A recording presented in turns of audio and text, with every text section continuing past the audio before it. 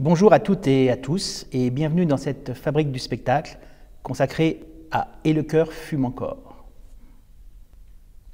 Conçu à partir de témoignages et d'écrits d'historiens et de poètes, « Et le cœur fume encore » retrace les mémoires et les silences de la guerre d'Algérie.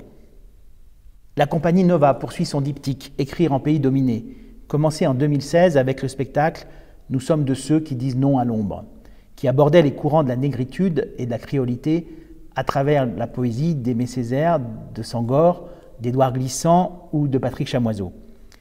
Pour ce second volet, Alice Carré et Margot Eskenazi construisent une fresque issue d'un rigoureux travail d'enquête. Les nombreux témoignages récoltés dessinent une traversée intime, poétique et musicale de cette guerre et de sa mémoire. La mise en scène croise les parcours de vie de 7 personnages. 2 militants du FLN, une femme pied noir, un harki, une militante parisienne anticolonialiste, un appelé du contingent et un militaire de carrière. Leurs paroles engagent enfants et petits-enfants qui observent, subissent et questionnent l'impact de cette mémoire sur leur famille et plus largement sur la société française. Ces différentes générations partagent de manière vivante et souvent joyeuse ce qui fut cette période trouble que la France a mis longtemps à appeler par son véritable nom, une guerre. Politique et littérature jouent comme les deux faces de la même histoire que la pièce tente de formuler pour les spectateurs d'aujourd'hui. La façon dont les auteurs algériens ont participé à leur endroit à la guerre d'indépendance et dont les auteurs engagés en France se sont positionnés dans le conflit est mise en évidence. À travers les mots de Kateb Yassine, Jérôme Lindon, Édouard Glissant, Assia Djebar, l'écriture vient témoigner du mouvement de l'histoire et de la force de la littérature pour construire nos identités. Margot Eskenazi est artiste invitée au TNP pour 3 saisons. Avec Alice Carré, elle s'intéresse aux écritures de la décolonisation pour offrir un théâtre joyeux comme une forme de résistance douce contre l'amnésie. Et le cœur fume encore sera présenté la saison prochaine, début 2022, au TNP. Nous vous proposons dans la fabrique du spectacle plusieurs documents et activités qui vous permettront d'aborder ce travail dans votre classe. Et nous allons commencer par une captation du début du spectacle qui vous permettra à la fois de mesurer le propos qui est tenu dans la pièce et de voir aussi comment fonctionne ce théâtre. Bonsoir. Alors, on a rencontré beaucoup de personnes qui ont vécu la guerre d'Algérie et leurs descendants, qui sont les porteurs, plus ou moins consciemment, parfois inconsciemment, de leur mémoire. Des militants du Front de Libération Nationale, section française ou algérienne. Des harkis aussi, des pieds noirs. Des militants anticoloniaux français qui ont rejoint la cause algérienne, des jeunes appelés du contingent, des militaires de l'armée de métier. Et donc toutes ces histoires qu'on va vous raconter sont issues de nos propres familles, de nos amis, de nos proches, des proches de nos proches ou d'associations contribuant à transmettre ces mémoires. Moi, je vais jouer Mado, militante française. Francis, sergent français, puis membre de l'organisation Armée secrète. Je vais jouer Ahmed, un ancien harki, et son fils, Daniel, mon ami. Je vais jouer Amine, militant FLN en Algérie, immigré en France dans les années 70. Je vais jouer Mamoun, femme algéroise devenue pied noir, et son petit-fils, moi-même. Moi, je vais jouer Brahim, militant du FLN section française, qui est retourné vivre en Algérie à la Libération, et je vais jouer aussi sa fille. Je vais jouer Gérard, jeune appelé du contingent, et c'est moi qui commence. Lors d'une rencontre avec d'anciens appelés, Gérard nous a confié son journal. Il raconte toute la période où il s'est retrouvé près de Blida, dans une SAS. Une SAS, c'est une section administrative spécialisée, c'est-à-dire une unité de soldats qui était envoyée au contact de la population en Algérie dans le but de pacifier le pays, donc de gagner la guerre, mais par la paix. Il raconte chaque opération, les douleurs de sa conscience, ses peurs. Et il y a un passage qui m'a particulièrement touché, c'est celui du soir de Noël. Il y décrit l'ambiance de désespoir de ses camarades de l'armée. Il y a ceux qui sont livrés à la mort, ceux qui se battent, ceux qui pleurent de désespoir et ceux qui dansent.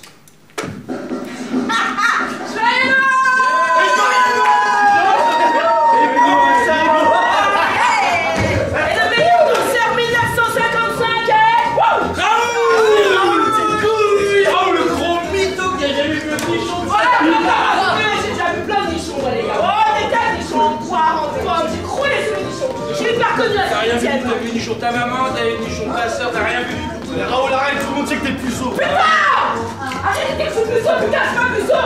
Tous les jours, on me dit ça, je suis pas puceau, merde! C'est pas grave, on t'amène en Berne avec Gérard et on va t'expliquer comment ça se passe. En Berne? Ouais. Alger? Ouais, c'est Et les femmes, elles sont tailles! Avec la queue 25! Moi, je choisirais que les rousses, j'aime bien les rousses. Que les rousses, ouais! D'accord, bon, y'a pas d'alcool à jour. Et les gars, j'ai une devinette. Oh, hé, le coco a une devinette. Alors, c'est des soldats dans une sas le soir de Noël comme nous. Et c'est quoi leur cadeau de Noël? Des femmes! Non. Non. L'alcool? Non. C'est continuer à tabasser les ratons pour les faire parler. Bonne année à tous sur le dos des colonisés. Ouais. Ah, ça me fout la gerbe, je vais vous. Paul, c'était communiste. C'était peut-être le plus lucide d'entre nous. Même si le Parti communiste n'avait donné aucune consigne sur l'attitude à avoir pendant la guerre. Il est tout rouge, le coco! Ah non, là, il est tout vert, là. Hé, Polo, tu veux que je te raconte une blague? Bon, je vais te raconter. Tu veux une blague, toi aussi? Vous voulez une blague? Ouais, il y a une blague. Alors, ça, c'est moi, et ça, c'est un arabe, là. Pichon, je m'appelle... Tu t'appelles plus! Tu t'appelles plus! Comment tu t'appelles? Attends, moi j'ai une blague. Ça, c'est moi, Raoul, et ça, c'est que des arabes, là! Oh là là.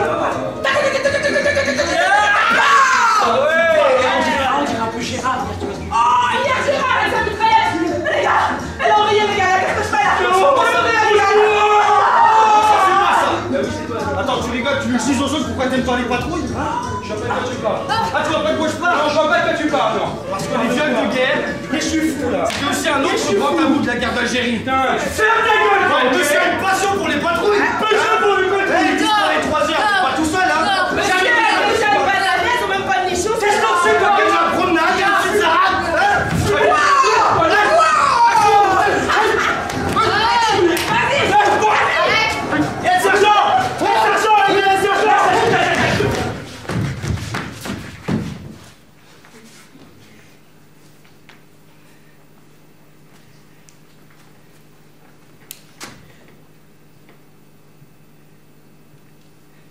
Je peux savoir ce que c'est que ce foutoir? Personne?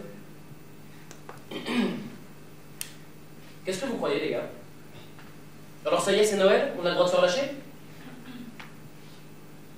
Je vous ai raconté ce qui est arrivé au gars de mon frère en Indochine.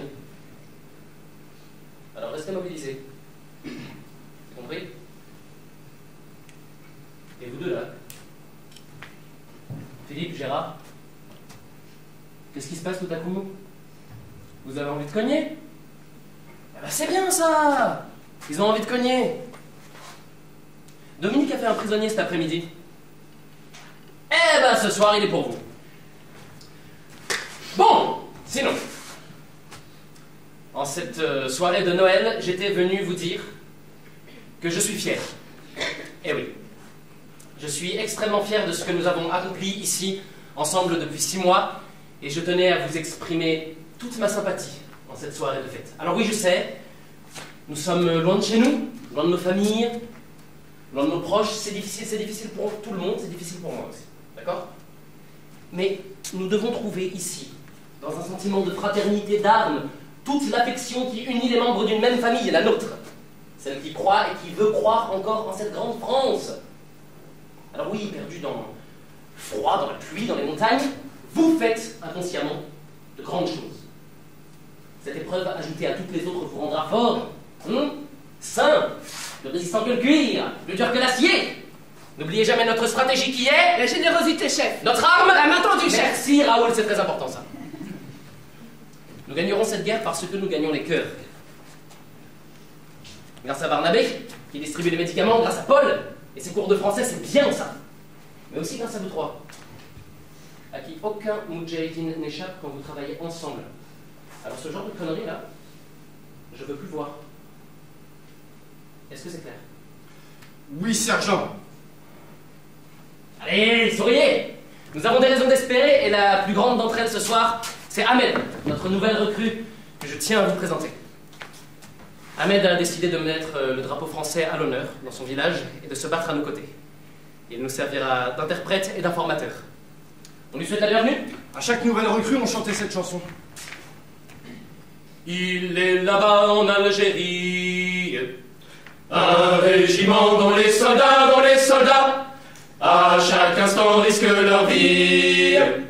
Jeune appelé, oui souviens-toi, et après tout, qu'est-ce que ça fout, qu'est-ce qu'on s'en fout, la, en marchant dans la poussière. Soldat français, oui souviens-toi, qu'après une lutte ivre, tu auras cessé de vivre, la, en marchant dans la poussière, tu tomberas comme une pierre. Merci messieurs et bienvenue à vous. Soyez fiers les gars, vous verrez au moins les paras. D'ailleurs, pour vous récompenser de vos efforts, notre bien-aimé gouverneur d'Algérie, Jacques Soustel, a un petit cadeau pour vous. Colis Soustel les gars, servez-vous. Attends. Oh putain, Philippe, Gérard. Philippe, Gérard. Salut. Ahmed, on a besoin de toi. Chef, je peux venir avec vous s'il vous plaît cette fois-ci, allez. Je vais le faire parler cet arabe s'il vous plaît. Non, toi tu restes ici, c'est ton ordre.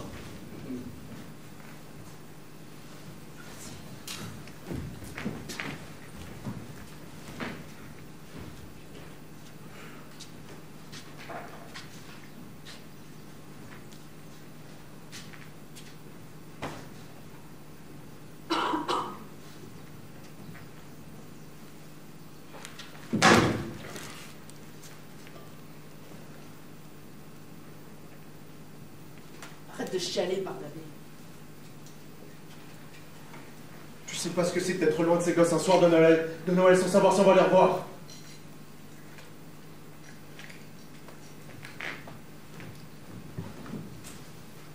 Je vais voir.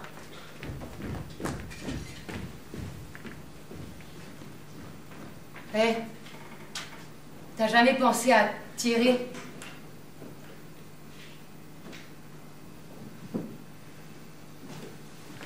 La plupart des anciens appelés qu'on a rencontrés ont eu toute une longue période d'amnésie, où ils n'ont plus jamais voulu penser à la guerre d'Algérie. Ils n'en ont jamais parlé. Ils avaient 20 ans, et ils n'avaient aucune idée de ce qui les attendait en Algérie.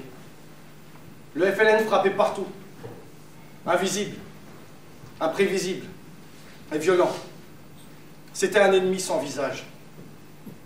Alors eux aussi ils frappaient en toute impunité. La violence ne les quittait jamais. Ils transformaient la réalité en quelque chose qu'ils pouvaient accepter et supporter. Sinon, quelle option ils avaient? Il y en a même un qui m'a dit que face à des violences, des scènes de violence extrême, il a ressenti une zone obscure de l'humanité qui s'exprimait. Ils étaient fascinés. Ils ont instrumentalisé les corps. Et bien plus tard, il a repensé à ces gosses. Et il s'est dit, on leur a filé la haine. On a refilé la haine à ces gosses qui seront l'Algérie de demain. En tout cas, eux, ils ont vite compris que la conquête des cœurs, ce serait fini.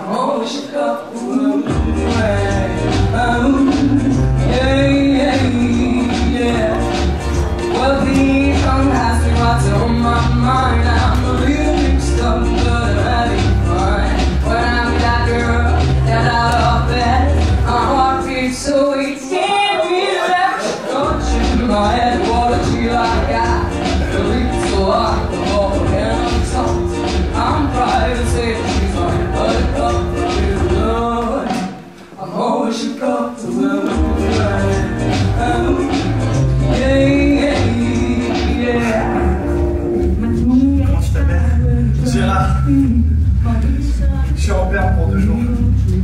Je suis dans une sas près de Buda. Je suis de Saint-Etienne. Saint-Etienne. Et toi, t'es d'ici? Oui. J'habite rue Michelet, à Babel-Oued. Tu vois où c'est? Non, tu vois pas. Qu'est-ce qu'on fait là? Tu vois? On parle un peu? On se promener? Ouais. Je connais